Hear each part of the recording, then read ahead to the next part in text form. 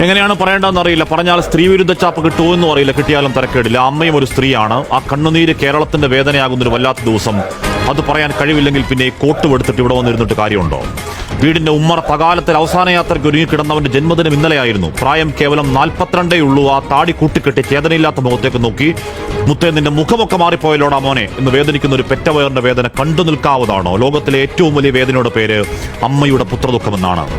ദീപകിന്റെ തലക്കൽ കൊളുത്തി വെച്ച നിലവിളക്ക് പോലെ അച്ഛനും അമ്മയ്ക്കും കുടുംബത്തിനും ആ വീടിന്റെ ഒരേ ഒരു വെളിച്ചം താനെയങ്ങ് കിട്ടുപോയതല്ല. റീച്ചിനും ഷെയറിനും വേണ്ടി അഹങ്കാരത്തിന്റെ പരികൊള്ളിൽ ഒരു സ്ത്രീ അടിച്ചു കെടുത്തിയതാണ്. ഒരു കുടുംബം നാനാവിധമാക്കിയതാണ്. അങ്ങേയറ്റം വേദന ഉണ്ടാക്കുന്ന ഒരു ആത്മഹത്യയിലേക്ക് ചാടി വീണ് അവരുടെ രാഷ്ട്രീയവും മതവും ചികഞ്ഞ് 10 വോട്ടിനുള്ള സ്കോപ്പുണ്ടോ എന്ന് നോക്കുന്നവരുണ്ട്. ചെറുനക്കുന്ന ചെന്നായ്ക്കൾ, അത്തരക്കാരെ വിട്ടേക്ക്. ഇവിടെ പ്രശ്നം അതല്ല. അക്കാലം അത്രയും എല്ലാവരും നല്ലത് മാത്രം പറഞ്ഞൊരാൾ, രാവന്തിയോളം കഷ്ടപ്പെട്ട് അധ്വാനിച്ച് കുടുംബത്തിന് വേണ്ടി ജീവിച്ചൊരുത്തനെ സോഷ്യൽ മീഡിയ കമ്പോളത്തിന് വേണ്ടി സൈബർ ആൾക്കൂട്ടക്കൊലയിൽ തൂക്കി വിറ്റ് കഴിവേറ്റിയതാണ്. നവീൻ ബാബുവിന്റെ കാര്യത്തിൽ എപ്പോഴും പറഞ്ഞതുപോലെ മരിച്ചുപോയവർക്ക് വേണ്ടി ആഞ്ഞുവാദിക്കൽ ഉത്തരവാദിത്തമെന്ന ബോധ്യത്തിൽ മാത്രമല്ല, വീഡിയോ പലയാവർത്തി കണ്ട ബോധ്യത്തിൽ പറയുന്നു. ആ യുവാവ് 110% നിരപരാധി. ഭാരമുള്ളൊരു ബാഗ് ഉയർത്തുമ്പോൾ അറിയാതെ പറ്റിയത്, റീച്ചിന് പറ്റിയ ഒരു കോപ്പ് കിട്ടിയ ആനന്ദത്തിൽ ചിരിച്ചുകൊണ്ട് ലൈംഗികാതിക്രമം പകർത്തിയെന്ന് ആരോട് പറയാനാണ്?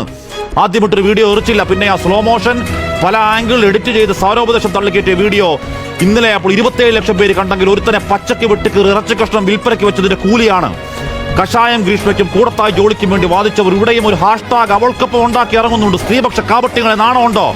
കോൾ ഔട്ട് എന്നും പറഞ്ഞ് യഥാർത്ഥ പരാതികളെയും തൊലക്കലാണ് നിങ്ങളുടെ പണി.